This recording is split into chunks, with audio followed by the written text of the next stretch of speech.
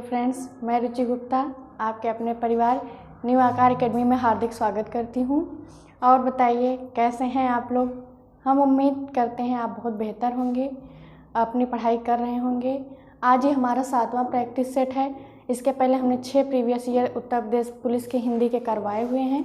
ये हमारा 7वां previous year है। आइए हम एक एक क्वेश्चन को देखते हैं और उसको कैसे करते हैं सब देखेंगे कैसे किया जाता है। हमारा पहला क्वेश्चन क्या है। नाक काटना मुहावरे का अर्थ है खून बहाना, बदनामी होना, नुकसान होना, इज्जत करना। नाक काटना का होता है बदनाम करना।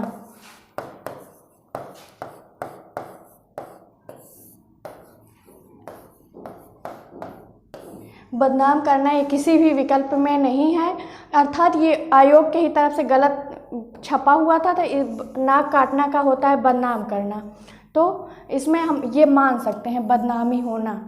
हम बढ़ते हैं अपने अगले क्वेश्चन की ओर। देखते हैं हमारा अगला क्वेश्चन क्या है। काला अक्षर भैंस बराबर लोकोक्ति का सही अर्थ है। हमें इस लोकोक्ति का अर्थ बताना है। पढ़ा लिखा ना होना, पढ़ा लिखा होना, विद्वान होना, मूर्ख होना। काला अक्षर भैंस बराबर इसका अर्थ होता है पढ़ा लिखा ना होना, अर्थात हमारा ए ऑप्शन सही है। हम बढ़ते हैं अपने अगले क्वेश्चन की ओर। अद्भुत रस का अस्थाई भाव हमें बताना है। इसका अस्थाई भाव क्या होता है।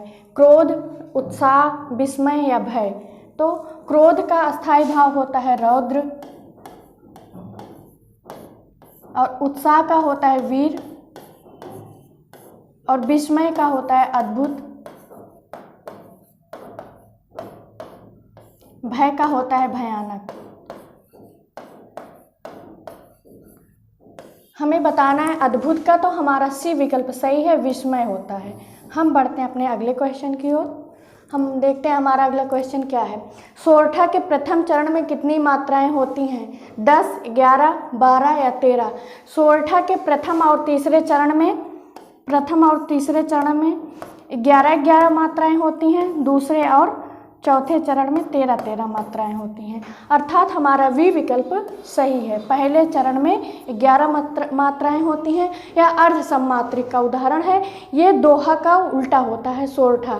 दोहा के पहले और तीसरे चरण में 13 मात्राएं होती हैं और दूसरे और चौथे में 11 मात्राएं होती हैं। तो सोरठा के प्रथम चरण में 11 मात्राएं होती हैं। हमारा वी विकल्प सही है। हम बढ़ते हैं अपने नेक्स्ट क्वेश्चन की ओर। देखते हैं हमारा अगला क्वेश्चन क्या है। निम्नलिखित में से कौन सा शब्द अलंकार नहीं है। हमें बताना है इसमें से कौन सा शब्द अलंकार नहीं है। अनुप्रास, यमक, श्लेष या रूपक। तो इसको देख के क्या लगता है इसका उचित विकल्प क्या होगा।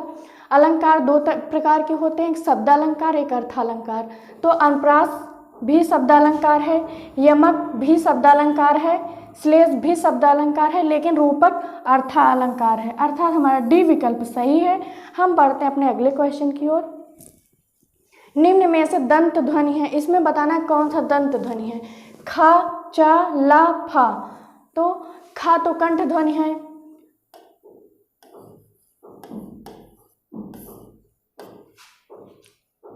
ये चा तालु है, और फा ओष्ठ ध्वनि है। तो हमारा दंत पूछा है ला, ला हमारी दंत ध्वनि है। इसमें ता वर्ग भी आता है जो दंत ध्वनि होती है। तो हम बढ़ते हैं अपने अगले क्वेश्चन की ओर। देखते हैं हमारा अगला क्वेश्चन क्या है। निम्नलिखित में से कौन सा वर्ण अघोष है। इसमें बताना है अघोष कौन सा है। चा, जा, झा और ड। तो अघोष क्या होता है। व्यंजन वर्ण का पहला एवं दूसरा अक्षर, व्यंजन वर्ण का पहला एवं दूसरा अक्षर अघोष होता है, और व्यंजन वर्ण का तीसरा, चौथा और 5वां अक्षर सघोष होता है। अघोष में क्या क्या आता है, जैसे का, खा, चा, छ, टा, ठा, ता, था, पा, फा। ये अघोष में आते हैं। व्यंजन वर्ण का पहला एवं दूसरा अक्षर अघोष होता है, तो हमें अघोष बताना है। तो चा अघोष में आता है, हमारे ए विकल्प सही है। ये सब सघोष होते हैं। हम बढ़ते हैं अपने नेक्स्ट क्वेश्चन की ओर। देखते हैं हमारा अगला क्वेश्चन क्या है। निम्न में से कौन सा शब्द स्त्रीलिंग है? इसमें बताना है स्त्रीलिंग कौन है। सौभाग्य, सुंदरता, काव्य या चंद्र। जो स्त्री जाति को बताता है उसे स्त्रीलिंग कहते हैं। तो सौभाग्य ये पुल्लिंग होता है, काव्य ये भी पुल्लिंग होता है, चंद्र ये भी पुल्लिंग होता है, लेकिन सुंदरता होती है ये स्त्रीलिंग होती है। तो हमारा वी विकल्प सही है। हम बढ़ते हैं अपने नेक्स्ट क्वेश्चन की ओर। देखते हैं हमारा अगला क्वेश्चन क्या है। निम्न में से कौन सा शब्द पुल्लिंग है? इसमें पुल्लिंग बताना है, कौन सा शब्द पुल्लिंग है। आशा, आज्ञा, गरिमा, चंद्र। तो इसको देख के क्या लगता है आपको कि इसमें पुल्लिंग कौन सा होगा? आशा होती है तो स्त्रीलिंग है, आज्ञा भी स्त्रीलिंग होती है, और देश की गरिमा होती है भी स्त्रीलिंग होती है, और डी चंद्र होता है। हमारा डी विकल्प सही है, ये है पुल्लिंग, ये तीनों स्त्रीलिंग है। हम बढ़ते अपने अगले क्वेश्चन की ओर। किस शब्द का प्रयोग सदा बहुवचन में होता है? बहुवचन में होता है। इसमें बताना है किस शब्द का प्रयोग सदा बहुवचन में होता है। वो एक वचन में भी वैसा होता है और बहुवचन में भी वैसा होता है। गाय, गाय का गाय होता है। दर्शन, बहन, लता। तो हमें बताना है सदा बहुवचन में कौन प्रयोग होता है? दर्शन। दर्शन शब्द एक वचन और बहुवचन में दोनों में एक जैसा होता है। आंसू, प्राण, ओठ, ये सब वर्ड जहाँ आते हैं सदा बहुवचन में प्रयोग होते हैं। तो सदा बहुवचन में प्रयोग होने वाला शब्द कौन सा है? दर्शन। हम बढ़ते हैं अपने अगले क्वेश्चन की ओर। निम्नलिखित में से सर्वनाम है। यह, सभा, मनुष्य, हिमालय। आपको क्या लगता है इसका उचित विकल्प क्या होगा? यह, सभा, मनुष्य, हिमालय। हिमालय भी संज्ञा है, मनुष्य भी संज्ञा है, सभा भी संज्ञा है। यह सर्वनाम है। जहाँ यह, वह, मैं, तुम ये सब वर्ड आए उसे सर्वनाम कहते हैं। सर्वनाम क्या होते हैं? जो संज्ञा के स्थान पर बोले जाते हैं उन्हें सर्वनाम कहते हैं। तो हमारा ए विकल्प सही है इसका। हम बढ़ते हैं अपने अगले क्वेश्चन की ओर। निम्नलिखित में विशेषण है, इसमें हमें विशेषण बताना है। शीतलता, बल, नया या वृद्धि। तो आपको क्या लगता है इसका उचित विकल्प क्या होगा? तो सी विकल्प हमारा सही है, नया। नया एक गुणवाचक विशेषण है जो संज्ञा एवं सर्वनाम की विशेषता बताता है, उसे हम विशेषण कहते हैं। तो इसमें विशेषण बताना है, विशेषण नया है। नया कौन सा विशेषण है? गुणवाचक विशेषण है। हम बढ़ते हैं अपने अगले क्वेश्चन की ओर। सीता सो रही थी वाक्य का काल है। इसमें बताना है सीता सो रही थी तो उसमें कौन सा काल हो सकता है? सामान्य भूतकाल, पूर्ण भूतकाल, अपूर्ण भूतकाल, संदिग्ध भूतकाल। सीता सो रही थी मतलब अभी कार्य समाप्त होने का बारे में कुछ नहीं पता है। सीता सो रही थी इसका मतलब अपूर्ण भूतकाल होगा। सी विकल्प हमारा सही है। हम बढ़ते हैं अपने अगले क्वेश्चन की ओर। देखते हैं हमारा अगला क्वेश्चन क्या है। निम्नलिखित में तद्भव शब्द है, हमें तद्भव शब्द बताना है, कौन सा होगा? गांव, अमृत, उच्च, एकत्र। इसको देख के आपको कौन सा विकल्प लगता है? इसका विकल्प वही उचित होगा। तो तद्भव शब्द बताना है जो हिंदी एवं प्राकृत से अलग होकर सीधे हिंदी में आए हुए हैं उन्हें तद्भव कहते हैं। तो गांव, अमृत, उच्च, एकत्र। एकत्र भी तत्सम शब्द है, इसका तद्भव होता है इकट्ठा।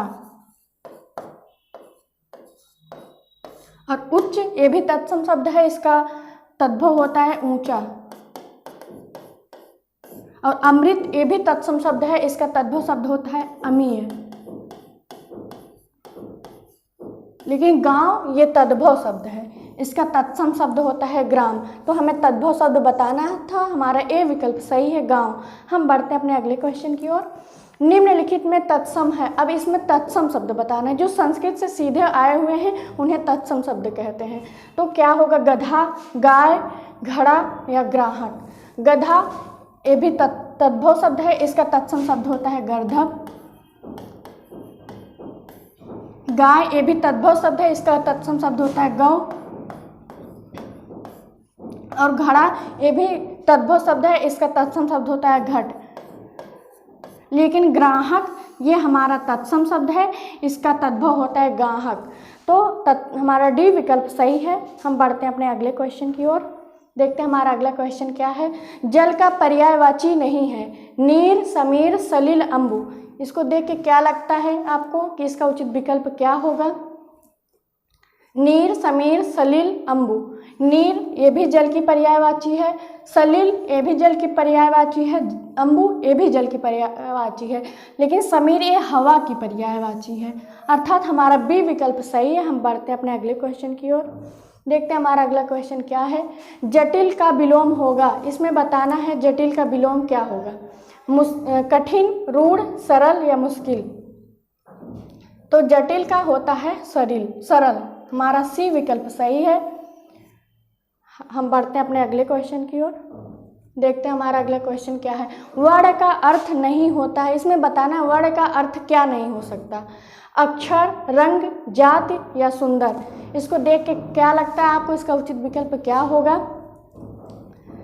अक्षर ये भी वर्ण का एक अर्थ होता है, रंग ये भी उसका अनेकार्थी शब्द है, जाति ये भी वर्ण का अनेकार्थी शब्द है, लेकिन सुंदर ये वर्ण का अर्थ नहीं होता है, अर्थात हमारा डी विकल्प सही है। हम बढ़ते हैं अपने नेक्स्ट क्वेश्चन की ओर। इसके पहले हम इतना क्वेश्चन देख चुके हैं, हमें नहीं लगता उन सब क्वेश्चन में बहुत कठिनाई है। हम देखते हैं हमारा अगला क्वेश्चन क्या है। जिसे करना बहुत कठिन हो के लिए एक शब्द होगा, यहाँ पर वाक्यांश के लिए एक शब्द बताना है, दुष्कर होगा कि पुष्कर या दुर्जय या दुराग्रह। तो दुराग्रह किसे कहते हैं, किसी बुरे कार्य को करने के लिए किया गया आग्रह दुराग्रह कहलाता है। जो जिसे कठिनाई से जीता जा सके उसे दुर्जय कहते हैं, लेकिन हमें बताना जिसे करना बहुत कठिन हो उसे दुष्कर कहते हैं, अर्थात हमारा ए विकल्प सही है। हम बढ़ते हैं अपने अगले क्वेश्चन की ओर। देखते हैं हमारा अगला क्वेश्चन क्या है। अली का सही अर्थ देने वाला शब्द युग्म है, आपको बताना है इस अली का अर्थ क्या होता है, इस अली का क्या अर्थ होता है। सखी, भौरा, भौरा सखी, भौरा कली, कली सखी। तो बताइए आपको क्या लगता है इसका उचित विकल्प क्या होगा। इस अली का अर्थ होता है भौरा और इस अली का अर्थ होता है सखी। पहले अली का अर्थ होता है भौरा और दूसरे अली का अर्थ होता है सखी। तो हम देखते हैं हमारा कौन सा विकल्प इससे मैच करता है। सखी भौरा ये तो नहीं मैच कर रहा है, भौरा सखी ये हमारा विकल्प मैच कर रहा है, अर्थात बी विकल्प हमारा सही है। हम बढ़ते हैं अपने अगले क्वेश्चन की ओर। देखते हैं हमारा अगला क्वेश्चन क्या है। अपमान में उपसर्ग है, इसमें उपसर्ग बताना है, आ, मन, मान, अप। आपको क्या लगता है इसका उचित विकल्प क्या होगा। उपसर्ग क्या होता है, जो किसी शब्द के पहले लगकर उसका विशेष अर्थ प्रकट करते हैं, उसे उपसर्ग कहते हैं। तो अपमान में उपसर्ग क्या है, मान में अप उपसर्ग लगा हुआ है।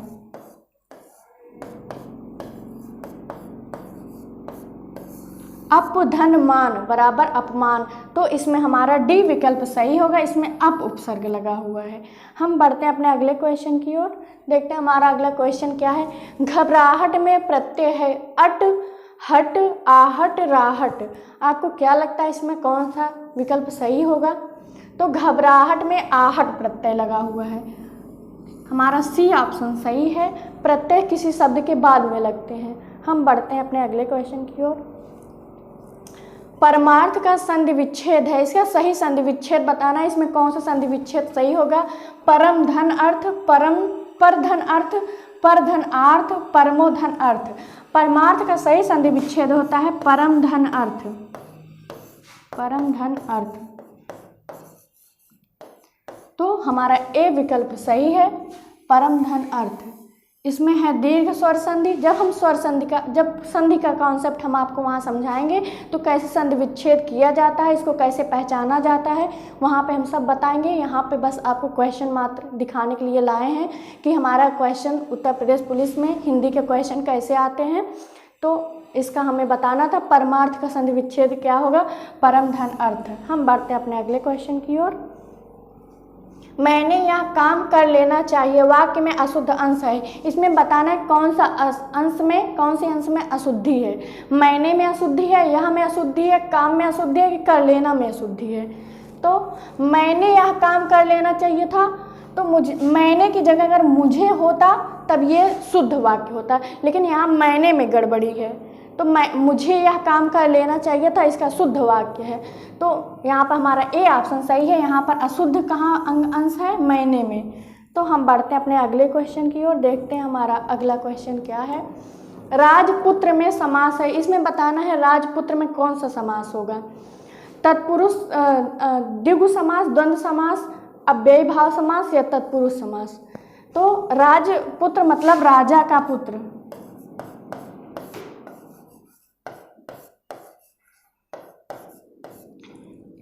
इसमें तत्पुरुष समास होगा, अर्थात हमारा डी विकल्प सही है। द्विगु समास जिसमें पहला पद संख्यावाचक होता है उसे द्विगु समास कहते हैं, जैसे दोपहर, त्रिफला, चौराहा, इसे द्विगु समास होता है। द्वंद्व समास क्या होता है? जिसमें दोनों पद प्रधान होते हैं, जैसे माता पिता, माता और पिता, दिन रात, दिन और रात, उसमें दोनों पद प्रधान होते हैं, उसे द्वंद्व समास कहते हैं। अव्ययी भाव समास जिसमें पहला पद अव्यय होता है, जैसे आजीवन, भरपेट, ये सब अव्ययी भाव समास के उदाहरण हैं। हम बढ़ते हैं अपने अगले क्वेश्चन की ओर, देखते हैं हमारा अगला क्वेश्चन क्या है। आम खाया जाता है में कौन सा वाच्य है? कर्तृवाच्य, कर्मवाच्य, भाववाच्य, क्रियावाच्य। तो इसमें क्या लगता है इसमें कि इसका उचित विकल्प क्या होगा? आम खाया जाता है, आम खाया जाता है, क्या खाया जाता है? आम खाया जाता है। आम यहाँ पर कर्म है, तो यहाँ पर बी ऑप्शन सही है, कर्मवाच्य। कर्मवाच्य में कर्म की प्रधानता बताई जाती है, कर्तृवाच्य में कर्ता की प्रधानता बताई जाती है और भाववाच्य में भाव की प्रधानता बताई जाती है। हम बढ़ते हैं अपने नेक्स्ट क्वेश्चन की ओर। निम्नलिखित में अव्यय है, इसमें बताना है अव्यय कौन सा है? वर्तमान, नया, तथा, सुंदर। अव्यय क्या होता है? जिसे लिंग वचन कार्य के आधार पर नहीं चेंज किया जा सकता, उन्हें अव्यय कहते हैं। तो इसमें कौन सा वर्ड ऐसा लग रहा है जो अव्यय होगा? तो इसमें तथा वर्ड ये अव्यय है, तथा और एवं ये सब वर्ड जहाँ आते हैं वहाँ पर अव्यय होता है, अर्थात हमारा सी विकल्प सही है। हम बढ़ते हैं अपने नेक्स्ट क्वेश्चन की ओर। हिंदी में अल्प विराम का चिन्ह है, इसमें बताना अल्प विराम का चिन्ह क्या है? ये है प्रश्नवाचक चिन्ह,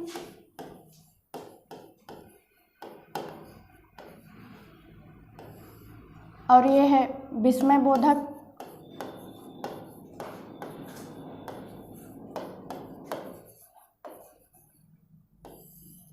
और ये है पूर्ण विराम,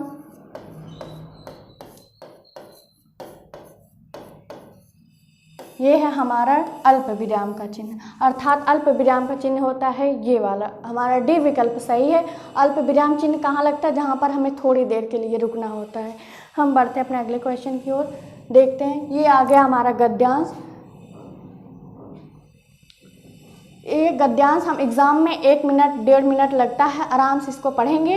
इससे 5 क्वेश्चन बनते हैं। हम पहले अपने क्वेश्चनों को पढ़ेंगे, फिर गद्यांश को पढ़ेंगे, तब हमारा सारा उत्तर इसी में से मिल जाएगा। हम पढ़ते हैं अपने गद्यांश को। निर्देश प्रश्न संख्या 29 से 33 का उत्तर दिए गए गद्यांश के आधार पर दीजिए। हमारा गद्यांश है, घोड़ों की टापों की आवाज़ सुनकर ममता भयभीत हो गई। पथिक ने कहा, वह स्त्री कहाँ गई, उसे खोज निकालो। ममता छिपने के लिए अधिक सचेत हुई, वह मृग दाव में चली गई। दिन भर उसमें से ना निकली।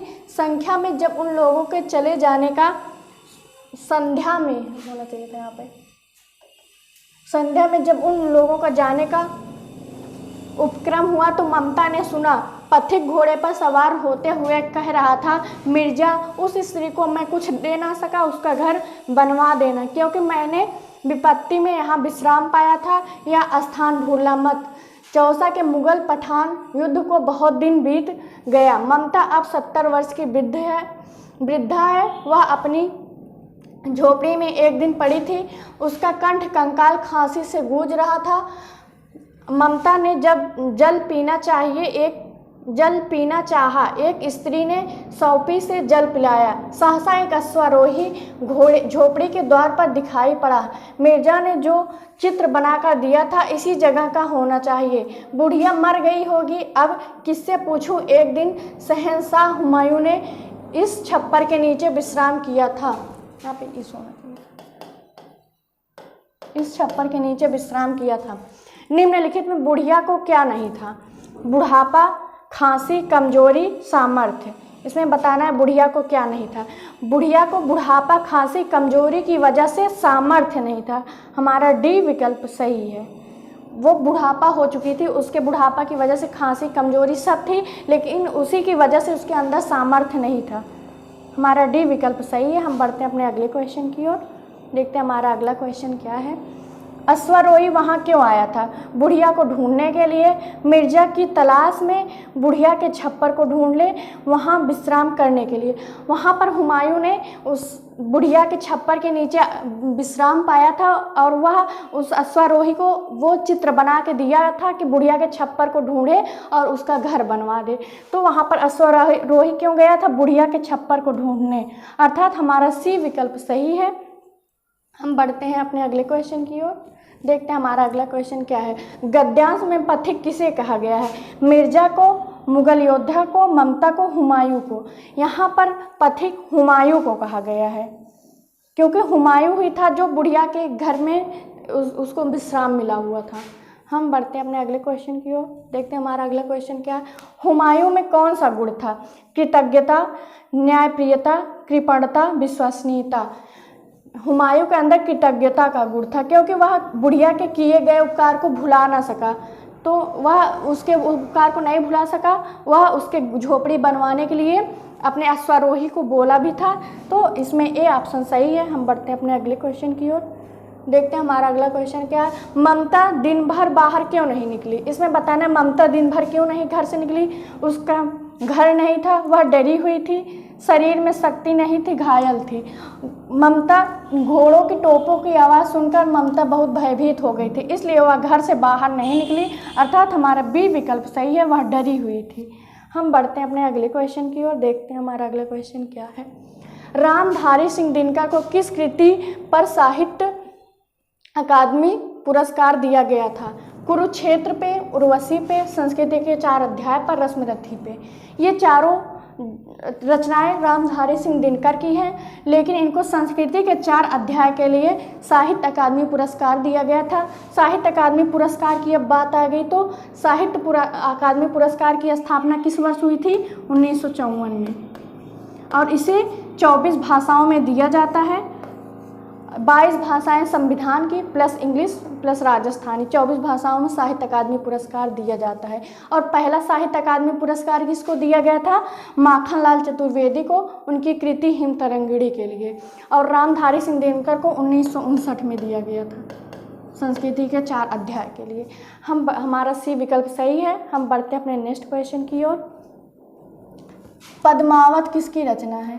इसमें बताना है पद्मावत किसकी रचना है। कबीर दास की है या जायसी की है या सूरदास की या तुलसी की है? तो आपको क्या लगता है इसका सही उचित विकल्प क्या होगा?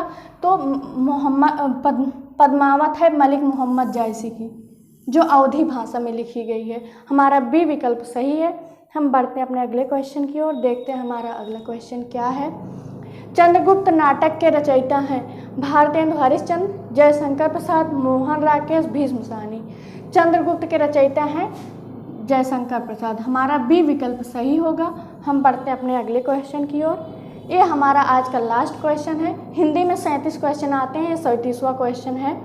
भारत भारती के रचनाकार हैं मैथिली शरण गुप्त, रामधारी सिंह दिनकर, जयशंकर प्रसाद, माखनलाल चतुर्वेदी। हमारा ए ऑप्शन सही होगा, मैथिली शरण गुप्त हैं भारत भारती के रचनाकार। आपने देखा, ये हमारा आज का लास्ट क्वेश्चन होगा। आपने देखा होगा हम हिंदी में 37 क्वेश्चन आते हैं और 37 के 37 क्वेश्चन कितनी आसानी से कर सकते हैं। अगर हमारा सेशन आपको अच्छा लगा हो तो लाइक, शेयर और सब्सक्राइब करना ना भूलें। धन्यवाद।